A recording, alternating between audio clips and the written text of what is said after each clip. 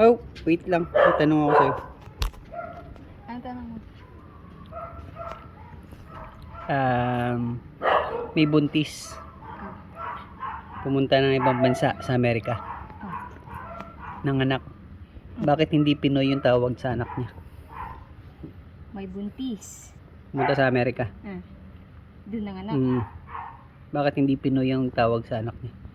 Kasi doon siya pinanganak sa Amerika.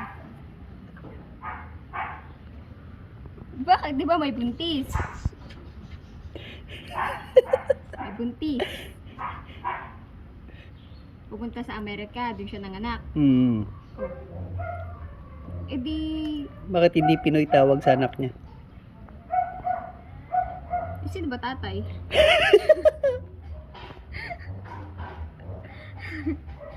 Wait lang, ano ba yung line ng tatay? Yun lang naman eh. Wag mo na anuin. Yun lang tanong ko, di dami mong tanong eh. Yung tanong sinasagot ng sagot. Kasi doon nga siya pinanganak, kaya... Ako na kung bakit. Ano? Kasi hindi naman Pinoy yung nanay. Pinoy nga yung nanay. Hindi mo sinabing Pinoy. Oh, sabi mo lang may buntis. Pinoy ba yung nanay?